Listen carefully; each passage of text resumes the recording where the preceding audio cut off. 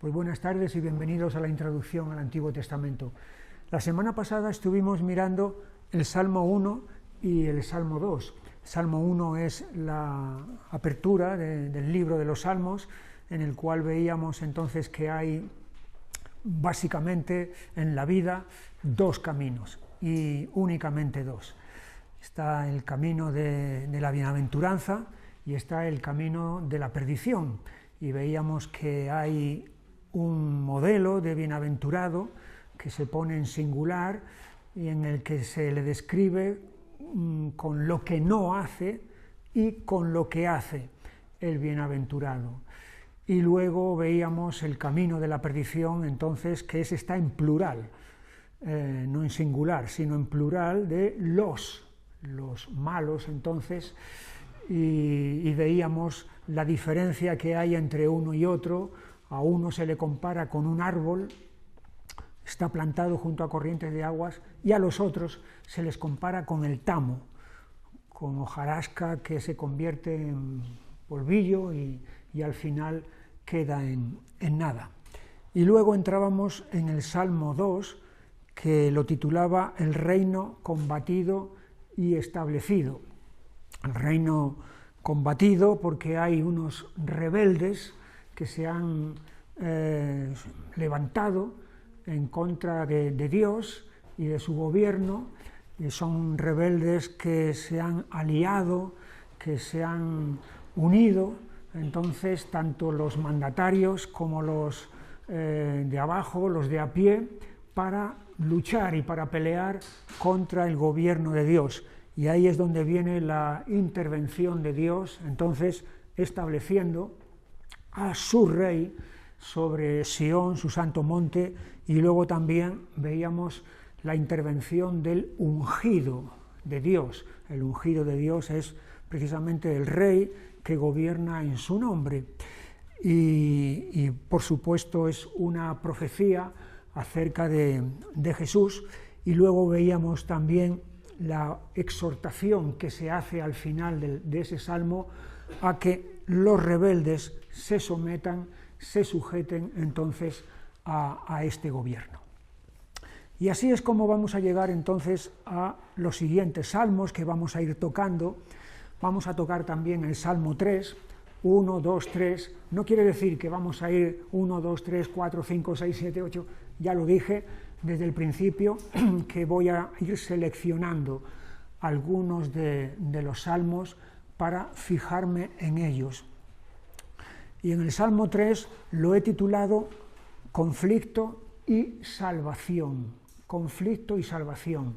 De hecho, hay bastantes salmos, sobre todo de los escritos por David, que podríamos ponerlos bajo ese encabezamiento de conflicto y salvación. Y con el Salmo 3 comenzamos con el primero de los salmos de David, porque el 1 se desconoce el autor, el 2 se desconoce el autor, pero el 3 sabemos que fue David por el encabezamiento del salmo. Vamos a leerlo. Salmo de David cuando huía de delante de Absalón su hijo. Oh Señor, cuánto se han multiplicado mis adversarios. Muchos son los que se levantan contra mí, muchos son los que dicen de mí, no hay para él salvación en Dios. Mas tú, Señor, eres escudo alrededor de mí, mi gloria y el que levanta mi cabeza. Con mi voz clamé al Señor y él me respondió desde su monte santo. Yo me acosté y dormí y desperté porque el Señor me sustentaba. No temeré a 10 millares de gente que pusieren sitio contra mí. Levántate, Señor, sálvame, Dios mío, porque tú heriste a todos mis enemigos en la mejilla, los dientes de los perversos quebrantaste, la salvación es del Señor, sobre tu pueblo sea tu bendición. Bueno, el encabezamiento es muy importante porque nos sitúa en las circunstancias en las que el Salmo fue escrito por David, y es precisamente la situación angustiosa que David experimentó cuando su hijo Absalón se rebeló contra él, sumó muchos apoyos dentro del pueblo y dentro de la gente importante también, y David tuvo que huir, tuvo que escapar para salvar su vida, incluso su misma vida estuvo en peligro. Luego ya sabemos lo que pasó, que Absalón cayó en la batalla y finalmente David pudo otra vez regresar a Jerusalén. Pero este salmo está escrito en los momentos de angustia y por eso es un momento de conflicto. Hay otros salmos en los que David va a experimentar esta misma situación, no con Absalón, sino con otros enemigos que él tuvo, especialmente el enemigo declarado que tuvo durante muchos años fue Saúl, que lo persiguió, que lo acosó, que quiso matarlo, y entonces esas circunstancias van a ir saliendo en un salmo, en otro, etc. Por ejemplo, si vamos al siguiente salmo, al 4 y versículo 2, dice: hijos de los hombres, ¿hasta cuándo volveréis mi honra en infamia? Amaréis la vanidad y buscaréis la mentira. Así que aquí está aludiendo a personas, a personajes entonces, que lo que están haciendo es vertiendo sobre él toda la infamia y el oprobio que pueden. En el siguiente, en el 5, en el versículo 8, guíame, Señor, en tu justicia a causa de mis enemigos, endereza delante de mí tu camino, porque en la boca de ellos no hay sinceridad, sus entrañas son maldad, sepulcro abierto es su garganta, con su lengua hablan lisonjas. De nuevo, otra vez, volvemos a ver aquí a David, porque es otro salmo de David que está en circunstancias similares a las ya descritas. En el siguiente salmo, en el 6, también de David, versículo 7, mis ojos están gastados de sufrir, se han envejecido a causa de todos mis angustiadores. Y si vamos entonces saltando, repasando los salmos, vemos que una y otra vez esta situación de conflicto se produce. Eso quiere decir que hay enemigos, porque si todos son amigos, entonces no hay conflicto por ninguna parte. Pero si hay conflicto, entonces es porque hay enemigos, hay hostilidad y hay persecución. Y precisamente esa palabra, enemigos, aparece en el libro de los Salmos más que en el resto de los libros de la Biblia. La palabra enemigos aparece en más ocasiones en el libro de los Salmos que en todos los demás libros de la Biblia, lo cual entonces ya nos da una idea de por dónde va la temática de muchos de esos salmos. Por ejemplo, en el Salmo 13 y versículo 2, ¿hasta cuándo pondré consejos en mi alma con tristezas en mi corazón cada día? ¿Hasta cuándo será enaltecido mi enemigo sobre mí? En el 4, para que no diga mi enemigo, 13:4, para que no diga mi enemigo, lo vencí, mis enemigos se alegrarían si yo resbalara. En el 25:19, mira mis enemigos cómo se han multiplicado y con odio violento me aborrecen. En el 27:12, no me entregues a la voluntad de mis enemigos, porque se han levantado contra mí testigos falsos y los que respiran crueldad. Y de nuevo, si fuéramos repasando los salmos, entonces nos encontraríamos con muchas veces en las cuales la palabra enemigos aparece. Es por esta razón, entonces, por la que David va a emplear, y no solamente David, también otros salmos que no son suyos, se va a emplear las ilustraciones militares. Ilustraciones militares para expresar la batalla, la lucha en la que se está inmerso. Y David sabe mucho de eso. David sabe mucho de eso porque él fue un guerrero, él fue un militar y por lo tanto él estaba muy familiarizado con todo lo que tuviera que ver con armas, con pertrechos de guerra, ya fueran ofensivos o defensivos. Él va a utilizar en muchas ocasiones eso. Por ejemplo, en este salmo en el que estamos, el 3, en el versículo 3, mas tú, Señor, eres escudo alrededor de mí, mi gloria y el que levanta mi cabeza. Aquí él está empleando una ilustración militar que es la palabra escudo. En otras ocasiones, en nuestra traducción, se ha empleado también la palabra pavés. No es tan conocida, de hecho, a lo mejor nos puede sonar casi a chino. Pavés, ¿qué es eso? Bueno, es una palabra española, lo que pasa es que ya no se usa, es anticuada, pero la diferencia la han empleado los traductores porque efectivamente había dos clases de escudo. Un escudo era el escudo de combate, cuerpo a cuerpo, que era un escudo relativamente pequeño, lo suficiente para ser mantenido con la mano izquierda, mientras con la derecha se empleaba con la espada y servía para cubrir un poco. Pero luego estaba la otra clase de escudo, que era un escudo que cubría prácticamente todo el cuerpo. No solamente en el Antiguo Testamento había esa diferenciación de escudos, sino que luego a lo largo de la historia va a seguir existiendo, y de hecho en las legiones romanas existen esas dos clases de escudos también, en las cuales el legionario tiene su escudo personal de lucha cuerpo a cuerpo, pero luego estaban aquellos escudos rectangulares, grandes, que cuando se ponían en defensa la legión frente a los ataques del enemigo, especialmente frente a las flechas, aquellos escudos grandes se los ponían por encima, de tal manera que quedaban toda la unidad militar a cubierto con esos escudos grandes. Entonces, David a veces va a emplear esas similitudes, esas ilustraciones, para expresar el fragor de la batalla en la cual está inmerso. Aquí en el Salmo 18 también, y versículo 2, dice: Señor, roca mía y castillo mío y mi libertador, Dios mío, fortaleza mía, en él confiaré, mi escudo y la fuerza de mi salvación, mi alto refugio.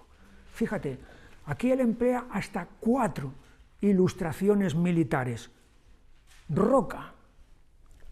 La roca es el sitio elevado, por lo tanto es el sitio en el que uno está más seguro. No es lo mismo que estar en el valle. La roca está en alto y el enemigo tiene que intentar subir hasta allí. Eso, la roca es un elemento defensivo. Castillo mío. Castillo es el lugar, entonces, donde estoy protegido. Fortaleza mía. De nuevo tiene que ver otra vez con el sitio que ofrece refugio. Y luego otra vez la palabra escudo. Aquí en este salmo, que en su momento veremos con un poco de detenimiento, él va a usar todas estas ilustraciones. Otra vez en este mismo salmo, en el 34 y 35, quien adiestra mis manos para la batalla, para entesar con mis brazos el arco de bronce. Me diste asimismo el escudo de tu salvación, tu diestra me sustentó y tu benignidad me ha engrandecido. Aquí tenemos una nueva arma que él está aquí haciendo alusión, que es el arco, y concretamente el arco de bronce, y luego vuelve otra vez a mencionar el escudo. Para poner un ejemplo más sobre todo este asunto del armamento, lo tenemos en el Salmo 31 y versículo 2, inclina a mí tu oído, líbrame pronto, sé tú mi roca fuerte y fortaleza para salvarme, porque tú eres mi roca y mi castillo, por tu nombre me guiarás y me encaminarás. roca, fortaleza, roca, castillo, y está describiendo a Dios en esas maneras. No es que Dios sea eso, pero es una manera de hablar, de referirse para expresar entonces lo que Dios es para David. Muy propio que él, un soldado, un militar, emplee un lenguaje militar para eso. Algunas de estas ilustraciones describen armas ofensivas, como es la saeta, como es la espada, no nos ha salido, pero hay alusiones a la espada, armas ofensivas, la lanza, armas ofensivas y armas defensivas, como es el escudo, castillo, la roca, etc. Este Salmo 3 se puede dividir en 3 partes. En primer lugar, hay una súplica que David está expresando a Dios. La tenemos en el versículo 1, «Oh Señor, cuánto se han multiplicado mis adversarios». Así es como comienza el Salmo, con esta súplica que la continúa en el versículo 2 y la vuelve a hacer en el 7. «Levántate, Señor, sálvame, Dios mío». Primera parte, entonces, del Salmo, súplica. Segunda parte, una confesión o una declaración. Y la declaración la tenemos a partir del versículo 3, en el que David está declarando lo que Dios es para él. «Mas tú, Señor, eres escudo alrededor de mí, mi gloria y el que levanta mi cabeza. Con mi voz clamé al Señor y Él me respondió desde su monte santo. Yo me acosté y dormí y desperté porque el Señor me sustentaba». Está haciendo una declaración de confianza, una declaración de seguridad ante este peligro tan terrible. Fíjate, me acosté y dormí. A veces es difícil, no es difícil acostarse, pero es difícil dormir, ¿verdad? Sí, especialmente cuando estamos agobiados, cuando estamos preocupados con algo que está dando vueltas en la cabeza y que no podemos quitarnos de encima el pensamiento. Es muy difícil conciliar el sueño. Sin embargo, aquí, en esta huida, en este escape que David está experimentando, yo me acosté y dormí y desperté. No sabe, cualquiera diría, no sé si mañana voy a despertar con vida. Yo me acosté y dormí y desperté porque el Señor me sustentaba. Está haciendo aquí una declaración, una confesión de confianza y de fe en Dios. Y finalmente el Salmo termina la tercera parte con una conclusión. La conclusión la tenemos en el versículo 8. La salvación es del Señor, sobre tu pueblo sea tu bendición. La salvación es del Señor. Y este es un principio, una verdad, que no es válida solamente para el caso de David en este momento preciso, sino que esta es una verdad general, es una verdad extensiva y es una verdad además trascendente, porque no solamente la salvación es del Señor tiene que ver con la salvación física, como en este caso era la salvación de David, sino que esa palabra salvación va mucho más allá y va a adquirir dimensiones extraordinarias por medio de Jesucristo, cuya salvación, la salvación que Él ha forjado, no solamente tiene que ver con algo físico, sino que tiene que ver con algo integral de toda nuestra persona, cuerpo, alma y espíritu. Y además, no simplemente con algo para esta vida, aquí abajo, sino para ahora y para después, por toda la eternidad. La salvación es del Señor. Es la misma conclusión a la que llegó Jonás cuando estaba en el vientre del gran pez que se lo tragó, y entonces Jonás hizo su oración a Dios desde allí, y la última frase de la oración de Jonás es precisamente esta: la salvación es del Señor. Y es la misma frase que puede declarar cualquier creyente. Cualquiera que ha puesto su confianza en Cristo puede decir esta gran verdad, pero como digo, con mucha mayor amplitud y trascendencia que simplemente a la salvación que David aquí se estaba refiriendo. Saltamos al Salmo 8. Perdonadme, Salmos 4, 5, 6 y 7. No es que os desprecie, no es que os tenga en menos, pero es necesario para tratar de ir avanzando. Y pasamos así al Salmo 8, entonces, lo he titulado Insignificantes engrandecidos. Insignificantes engrandecidos. Lo vamos a leer. Al músico principal sobre Gittit, Salmo de David. Oh Jehová, Señor nuestro, cuán glorioso es tu nombre en toda la tierra. Has puesto tu gloria sobre los cielos. De la boca de los niños y de los que maman fundaste la fortaleza, a causa de tus enemigos, para hacer callar al enemigo y al vengativo. Cuando veo tus cielos, obra de tus dedos, la luna y las estrellas que tú formaste, digo, ¿qué es el hombre para que tengas de él memoria, y el hijo del hombre para que lo visites? Le has hecho poco menor que los ángeles, y lo coronaste de gloria y de honra, le hiciste señorear sobre las obras de tus manos. Todo lo pusiste debajo de sus pies, ovejas y bueyes, todo ello, y asimismo las bestias del campo, las aves de los cielos y los peces del mar, todo cuanto pasa por los senderos del mar. Oh Jehová, Señor nuestro, cuán grande es tu nombre en toda la tierra.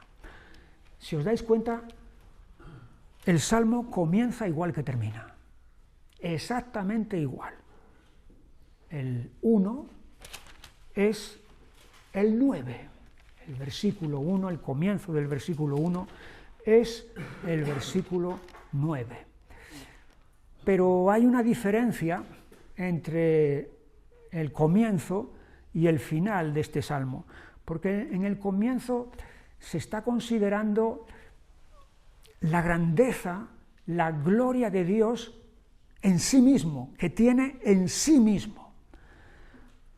Pero en el último versículo se está considerando esa misma grandeza y gloria, no solamente ya en sí mismo, sino después de haber considerado la grandeza que ha dejado en la creación, en sus criaturas, es decir, en sus obras. En el primer versículo se considera la grandeza de Dios tal cual es, tal cual la tiene, sin que haga nada. Y en el último versículo es esa grandeza añadida además por las obras que Él ha efectuado. Hay en este Salmo dos contrastes. Un contraste es entre Dios mismo y quienes ha escogido. Él, el grande, el sublime, el eterno, el infinito y poderoso, y los que ha escogido, los que se ha agradado en escoger, que son los insignificantes, los pequeños. Además los insignificantes son los pequeños más desvalidos que se pueda pensar. Versículo 2, los niños y los que maman. Las criaturas, los hijos de los seres humanos, cuando vienen al mundo, cuando venimos al mundo, venimos en un estado total de dependencia absoluta. de nuestros padres. No podemos hacer nada por nosotros mismos, no nos valemos por nosotros mismos, a diferencia de las criaturas de algunos animales, que nada más nacer ya pueden ponerse de pie y ya pueden empezar a caminar y acaban de salir del útero materno y ya están funcionando. No, nosotros no. Y por eso es que aquí el salmista está recogiendo a los niños y a los que maman precisamente como las criaturas más insignificantes. Y hay un contraste, hay una comparación evidente entre Dios y nosotros en ese estado en el que venimos al mundo. Sin embargo, Dios se ha agradado de escoger a lo insignificante, a lo pequeño, para derrotar a lo fuerte. De la boca de los niños y de los que maman, fundaste la fortaleza. En ellos se convierten, por así decirlo, en ejemplos, en símbolos de lo que Dios hace. Escoge lo que no es, escoge lo menospreciado para derrotar aquello que es grandioso y fuerte, humanamente hablando. Es un principio que hay bastantes ejemplos en la Biblia que nos muestran la realidad y la verdad del mismo.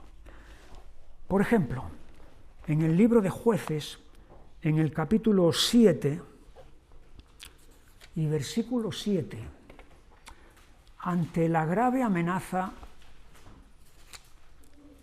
que suponía aquel extraordinario ejército de Madián y de todos sus aliados que habían venido para asolar el territorio de Israel, Gedeón va a hacerles frente. Y le dice Dios a Gedeón, 7:7, Jueces. Entonces el Señor dijo a Gedeón, con estos 300 hombres que lamieron el agua os salvaré, y entregaré a los madianitas en tus manos, y váyase toda la demás gente, cada uno a su lugar. Con 300 hombres, Gedeón va a derrotar a todo aquel inmenso ejército. Es que Dios escoge lo mínimo, lo pequeño, lo insignificante, para abatir la soberbia de lo fuerte. Es el caso de David. Primer libro de Samuel, capítulo 17 y versículo 50. Así venció David al filisteo, con honda y piedra, e hirió al filisteo y lo mató sin tener David espada en su mano. Era un combate desigual, porque aquí tenemos a un gigante contra un muchacho, tenemos a una máquina de guerra, que era como el filisteo venía pertrechado, con toda su armadura y su casco y su escudo y su escudero y su lanza y todo lo demás, y David, totalmente vulnerable, sin escudo, sin espada, sin nada, con una honda y unas piedras. Y la victoria Dios se la va a dar a David, abatiendo así la blasfemia y la arrogancia del gigante. Tenemos también en el libro de Daniel, en el capítulo 2, y versículo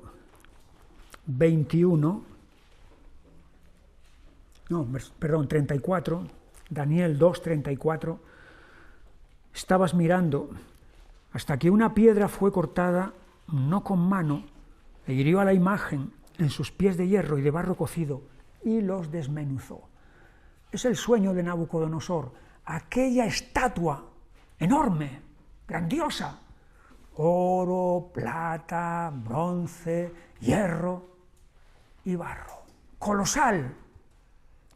¿Quién podrá con eso? ¿Quién podrá derribar eso? ¿Otra estatua? ¿Otra imagen más grande todavía que esa? No.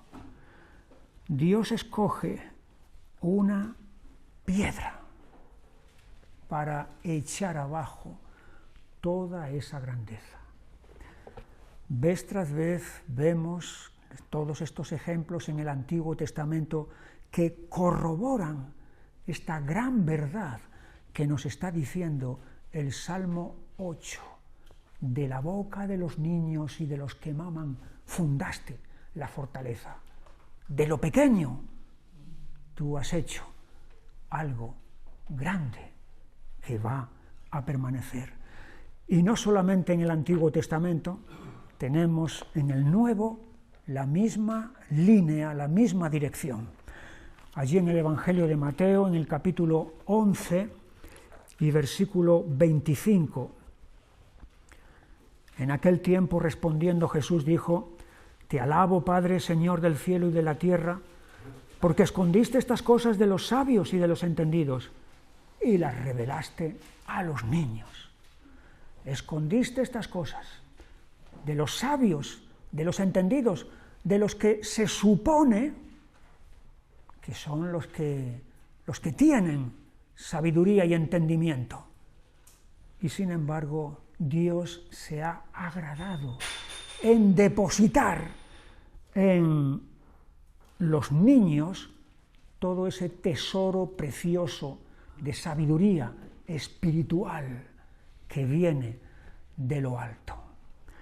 Y un pasaje más, en este sentido, lo tenemos en la primera carta a los Corintios, en el capítulo 1 y versículo 27. Sino que lo necio del mundo escogió Dios para avergonzar a los sabios, y lo débil del mundo escogió Dios para avergonzar a lo fuerte, y lo vil del mundo y lo menospreciado escogió Dios, y lo que no es, para deshacer lo que es, a fin de que nadie se jacte en su presencia. Es que Dios se agrada en escoger lo que no tiene ninguna fuerza ni ninguna apariencia, para a partir de ahí derrotar a todo aquello que tiene apariencia de fuerza y de poder. Primer contraste, Dios escogiendo a lo insignificante. Y el segundo contraste lo tenemos, volvemos otra vez a nuestro Salmo 8 y versículo 3, cuando veo tus cielos, obra de tus dedos, la luna y las estrellas que tú formaste. David está contemplando aquí el panorama que tiene delante de él, majestuoso, grandioso, espléndido, es la creación, qué gran obra. Y a medida que la ciencia va avanzando y los telescopios cada vez van teniendo más potencia, se va descubriendo que el universo, los límites del universo se van expandiendo, se van ampliando, mundos y mundos de galaxias y de estrellas incontables e innumerables. ¡Qué grandeza de creación! Y ahí es David, donde ahora se mira a sí mismo. Versículo 4. Digo, después de ver eso, digo, ¿qué es el hombre? Para que tengas de él memoria, y el Hijo del Hombre, para que lo visites. El hombre, en comparación con todo eso, es una mota de polvo insignificante. ¡Qué contraste entre ambas cosas!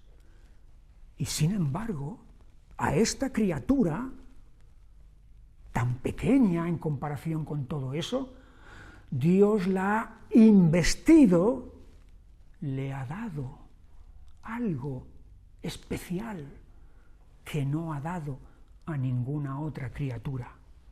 Versículo 5. Le has hecho poco menor que los ángeles. Fíjate, los ángeles, las criaturas celestiales, las criaturas espirituales, un poco menor que los ángeles.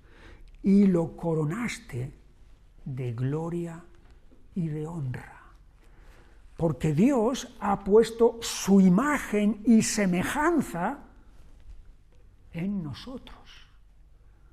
De tal manera que lo que es tan pequeño lo ha dignificado, lo ha elevado por encima de todas las cosas. Aquí hay una verdad muy importante. El ser humano no es una criatura más entre muchas otras, entre todas las demás, como nos dicen los evolucionistas o nos dicen los ateos. No, el ser humano no es una criatura más. El ser humano es una criatura especial, elevada por encima de todas las demás, porque a Dios le ha agradado poner en nosotros esta dignidad. Y este pensamiento de David, viendo la diferencia entre la creación mayor y la creación menor, le lleva a tres conclusiones. En primer lugar, la pequeñez intrínseca del hombre. Somos pequeños. Si nos comparamos con todo eso. Pero la grandeza con la que Dios nos ha investido, y eso le lleva a la tercera conclusión, la magnanimidad, la bondad de Dios, que ha querido hacer eso en nosotros. ¿Podía no haberlo hecho? Claro que podía. Y podíamos haber sido igual que el resto de las criaturas, pero en su voluntad ha decidido poner sobre nosotros toda esta grandeza. Este salmo, este pasaje de la boca de los niños y que es el hombre, es citado 2 veces en el Nuevo Testamento. La primera de ellas es en el Evangelio de Mateo, en el capítulo 21 y versículo 15, cuando Jesús ha entrado en Jerusalén. Pero los principales sacerdotes y los escribas, viendo las maravillas que hacía y a los muchachos aclamando en el templo y diciendo «Hosana al Hijo de David», se indignaron y le dijeron «¿Oyes lo que estos dicen?». Y Jesús les dijo «Sí, ¿nunca leísteis de la boca de los niños y de los que maman, perfeccionaste la alabanza?». Aquí están los sabios, aquí están los entendidos, los expertos, los que supuestamente saben, pero están desprovistos de inteligencia espiritual. Y sin embargo, los pequeños, los ignorantes, los que no saben, son los que están dando en la diana acerca de quién es el que está allí en ese momento. El Hijo de David, Hosana al Hijo de David. Y el otro pasaje de este salmo en el Nuevo Testamento lo tenemos en la carta a los Hebreos, en el capítulo 2 y versículo 5, donde dice: «Porque no sujetó a los ángeles el mundo venidero, acerca del cual estamos hablando, Pero alguien testificó en cierto lugar diciendo: ¿qué es el hombre para que te acuerdes de él? ¿O el hijo del hombre para que le visites? Le hiciste un poco menor que los ángeles, le coronaste de gloria y de honra, y le pusiste sobre las obras de tus manos, todo lo sujetaste bajo sus pies. Es el dominio que Dios dio a Adán cuando lo creó, poniendo todas las criaturas bajo su mando. Ese dominio se perdió con la entrada del pecado. Ese dominio se ha trastocado. No es que se haya perdido totalmente, pero se ha trastocado como tantas otras cosas que el pecado ha trastocado. Pero aquí el autor de la carta a los Hebreos está hablando ahora del mundo venidero, no del actual, del venidero, que también lo ha sujetado a un hombre. Pero este hombre no va a fallar, y ese hombre es Cristo. Versículo 8, todo lo sujetaste bajo sus pies, porque en cuanto le sujetó todas las cosas, nada dejó que no sea sujeto a él, pero todavía no vemos que todas las cosas le estén sujetas. Pero vemos a aquel que fue hecho un poco menor que los ángeles, a Jesús, coronado de gloria y de honra a causa del padecimiento de la muerte, para que por la gracia de Dios gustase la muerte por todos.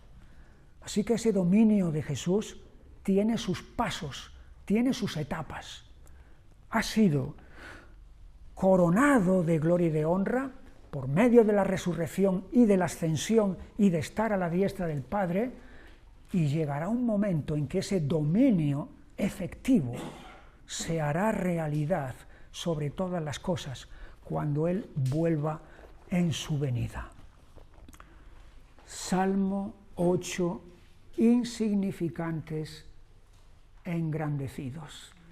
Es el Señor que se deleita en hacer las cosas de esa manera y rompe así los moldes humanos a los que nosotros estamos acostumbrados. Es lo que le dijo, y ya con esto termino el Salmo 8, es lo que le dijo el Señor a Pablo ante aquel azote que Pablo estaba teniendo, que no sabemos exactamente en qué consistía, pero que era algo que le producía humillación y perturbación. Y Pablo rogó al Señor que le quitase aquello. Y la respuesta la tenemos en 2 Corintios capítulo 12 y versículo 8, respecto a los cuales 3 veces he rogado al Señor que lo quite de mí. Y me ha dicho: bástate mi gracia, porque mi poder se perfecciona en la debilidad.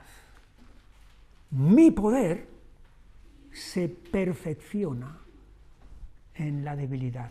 Ahí es donde se manifiesta de una manera plena, en lo débil y en lo pequeño. Los insignificantes que son engrandecidos. Pasamos ahora al Salmo 10. Os confieso que la semana pasada iba a pasar del Salmo 8 al 11. He tenido que recomponer la pizarra porque cuando estaba viendo el Salmo 10 he pensado: es imperdonable que me salte este salmo. Sería imperdonable. Y por lo tanto lo vamos a mirar, aunque sea muy de pasada. Acosador derrotado, acosado, salvado. Porque aquí se está describiendo en este salmo la figura de un acosador,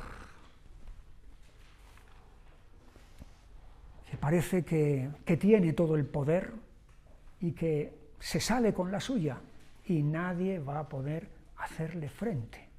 Finalmente, ese acosador va a salir derrotado y el acosado, el que estaba sufriendo la opresión del acosador, va a ser salvado.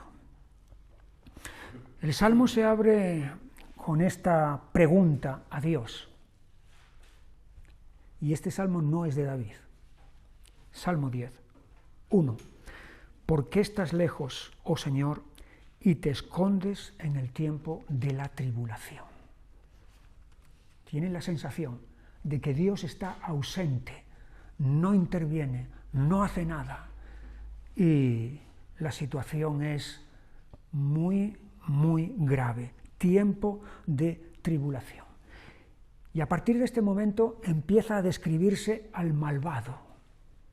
Creo que estamos ante una de las mejores y más extensas descripciones del malvado que tenemos en los Salmos y en toda la Biblia.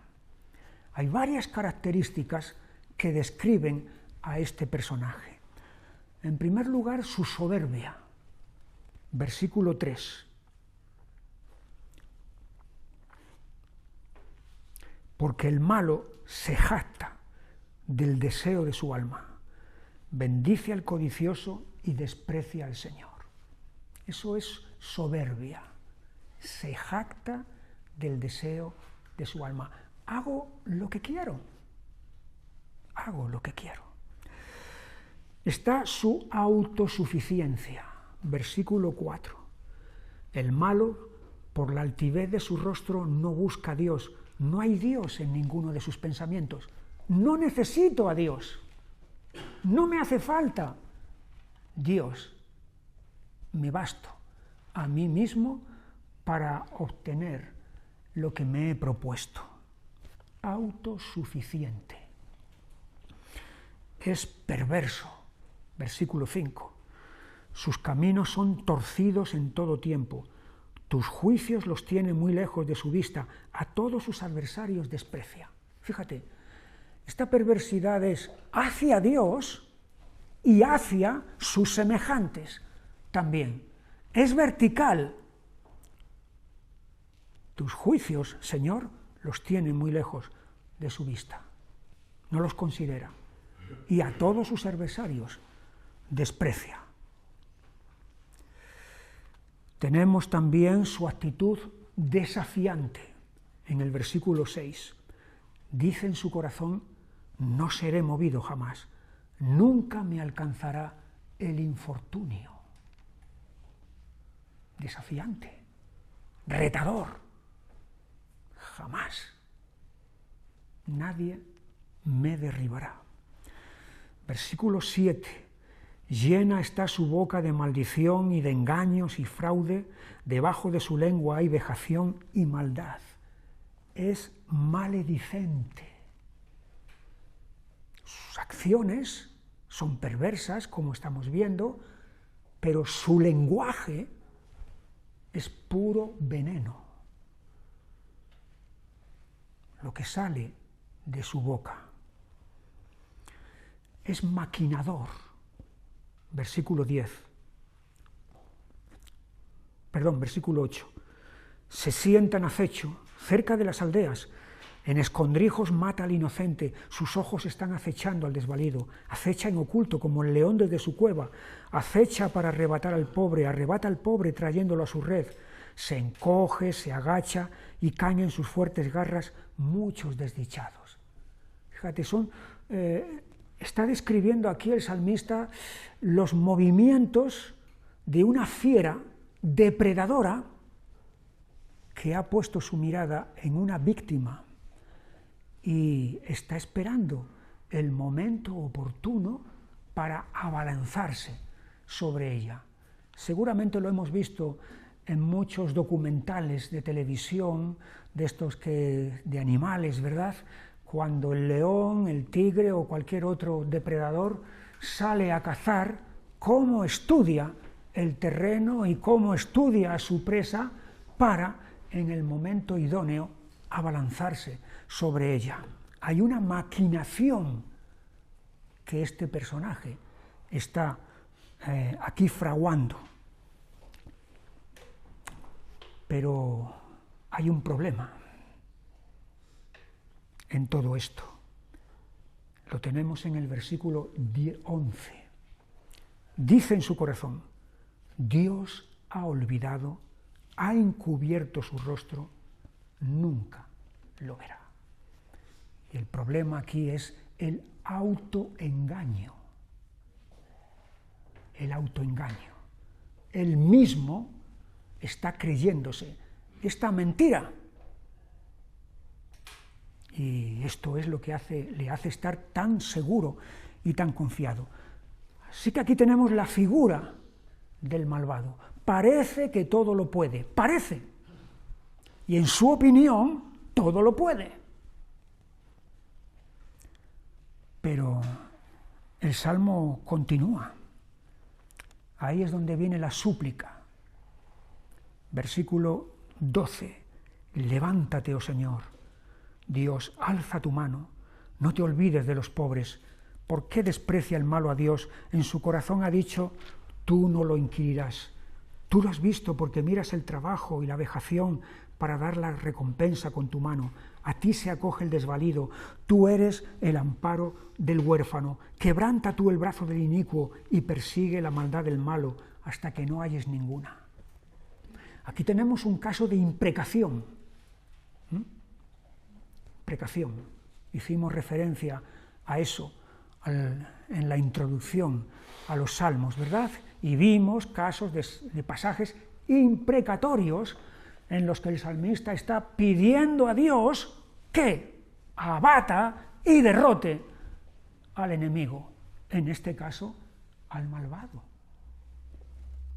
Y vemos que esta imprecación es conforme a la voluntad de Dios, porque de otra manera este personaje se va a salir con la suya y su maldad va a quedar impune.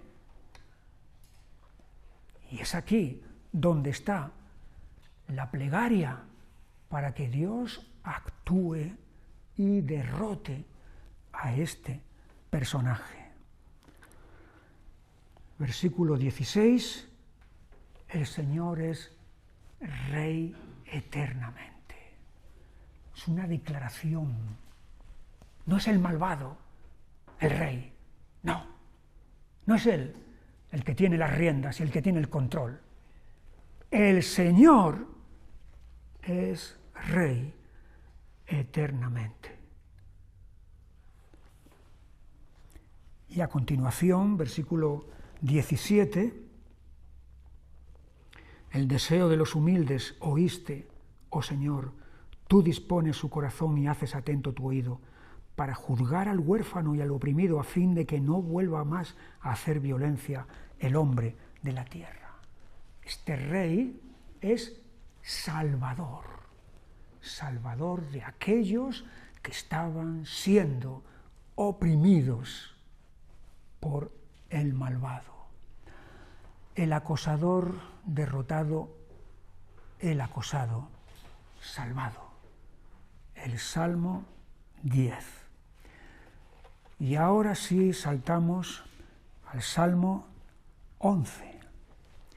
Lo he titulado El secreto de la firmeza del creyente. Vamos a leerlo. Al músico principal, Salmo de David. En el Señor he confiado, ¿cómo decís a mi alma que escape al monte cual ave?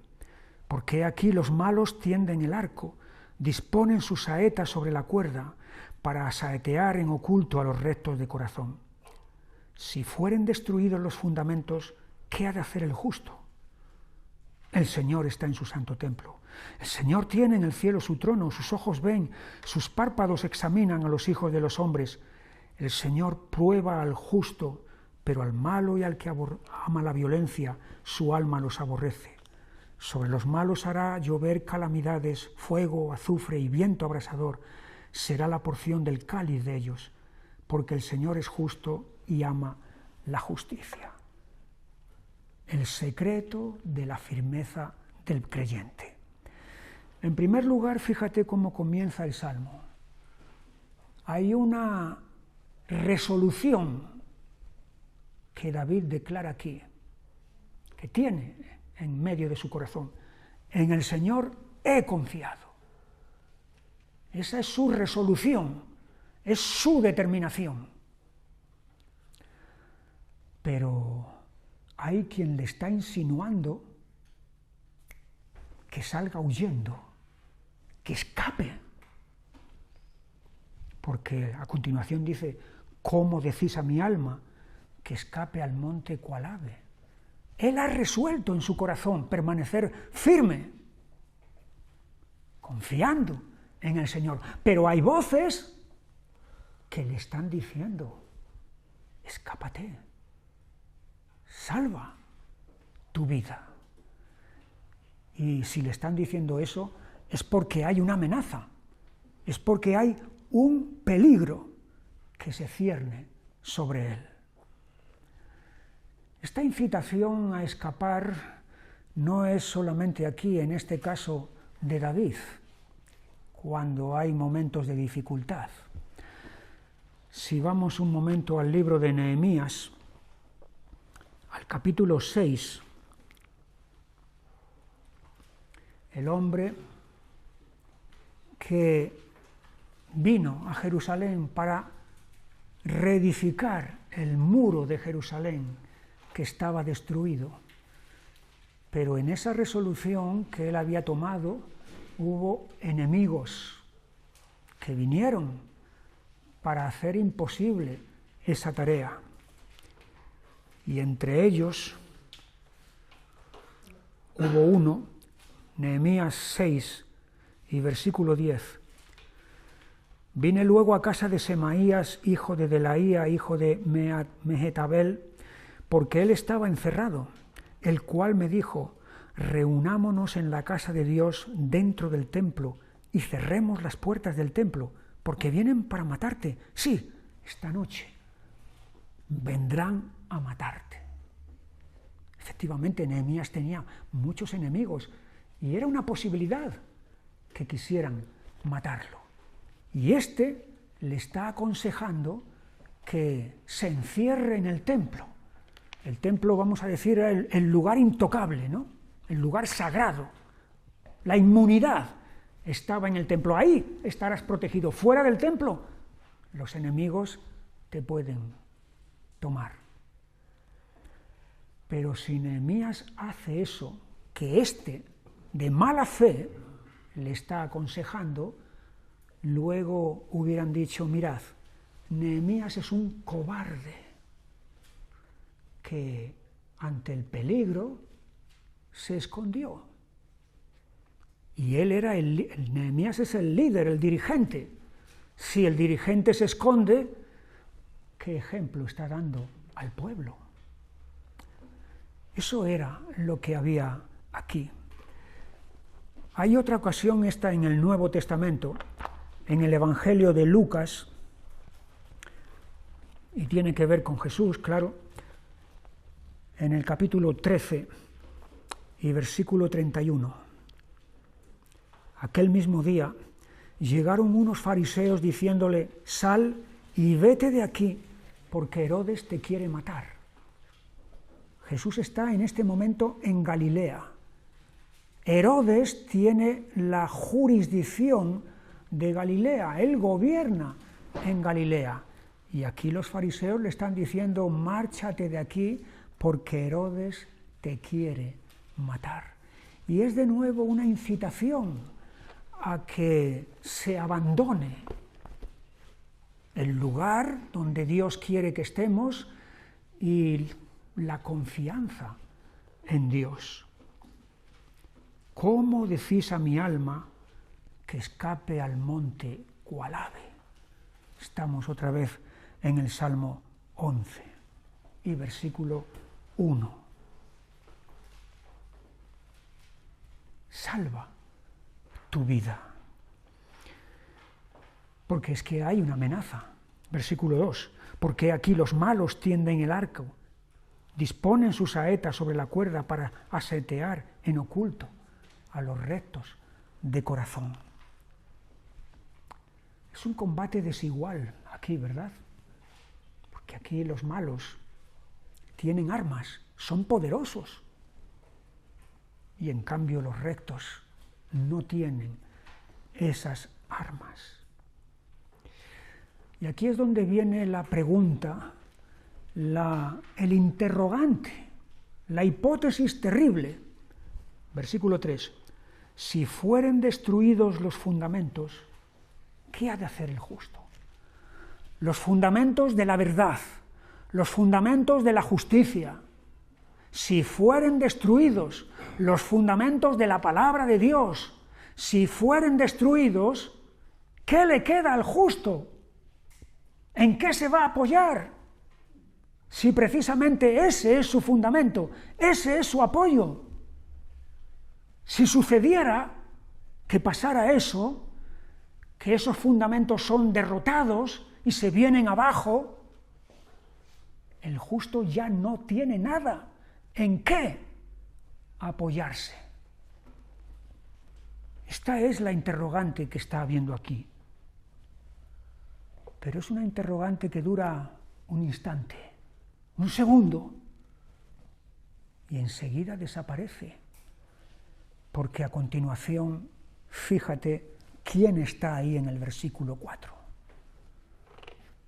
El Señor está en su santo templo. El Señor tiene en el cielo su trono. No hay que temer, no hay que escapar, no hay que salir corriendo, porque los fundamentos no van a ser derribados, no van a ser destruidos, porque es el Señor el que los sostiene. Aquí tenemos la inmutabilidad de Dios. Hay muchas cosas que cambian, que se tambalean aquí abajo en este mundo. Hoy están y mañana desaparecen. Pero aquí estamos ante alguien inmutable. El Señor está en su santo templo. El Señor tiene en el cielo su trono.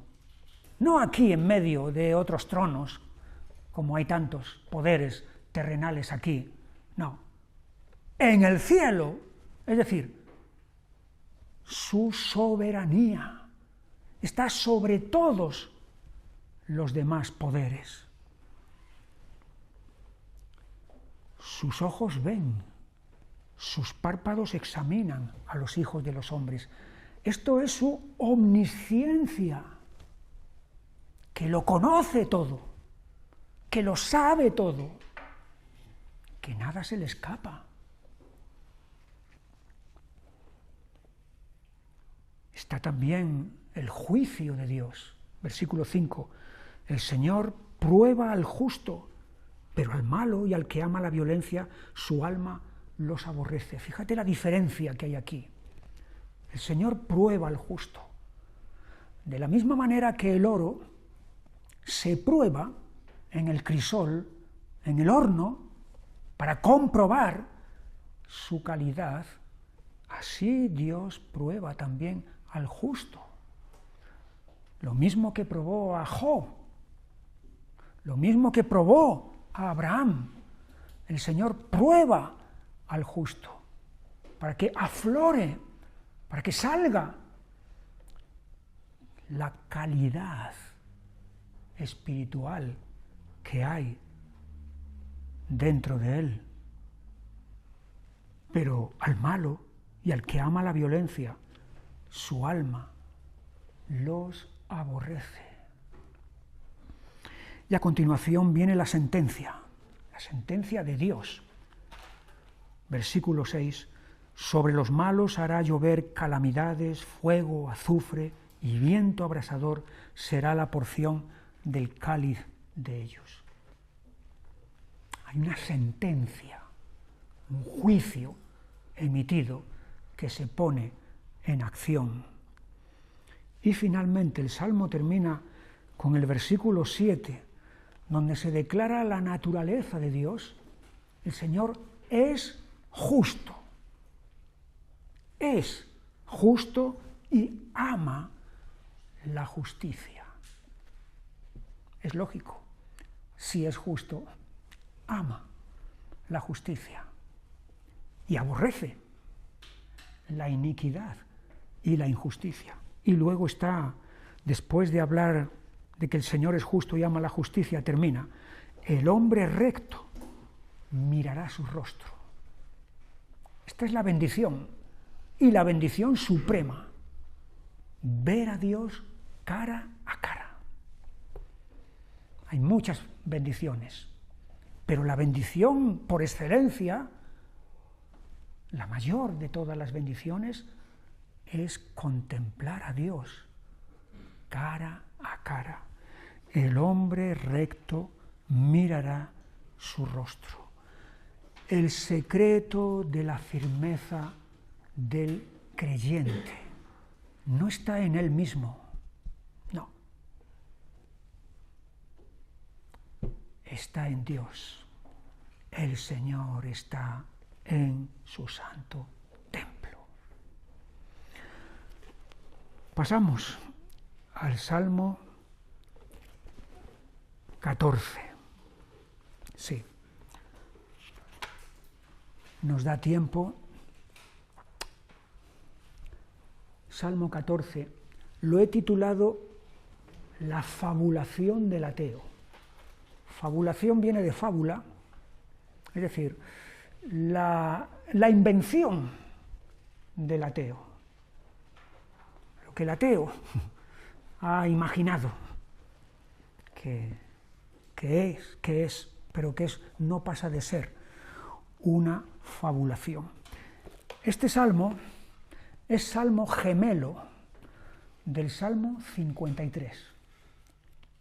Si empezamos a leerlo, el Salmo 14, dice el necio en su corazón, no hay Dios, se han corrompido, hacen obras abominables, no hay quien haga el bien, y nos vamos al Salmo 53, dice el necio en su corazón, no hay Dios, se han corrompido, hicieron abominable maldad, no hay quien haga bien.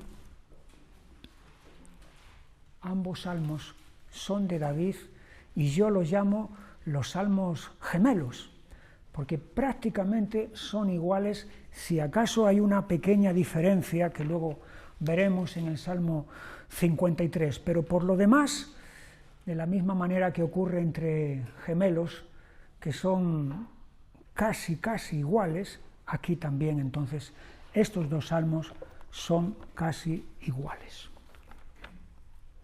Al músico principal estamos en el 14, Salmo de David. Dice el necio en su corazón, no hay Dios, se han corrompido, hacen obras abominables, no hay quien haga el bien.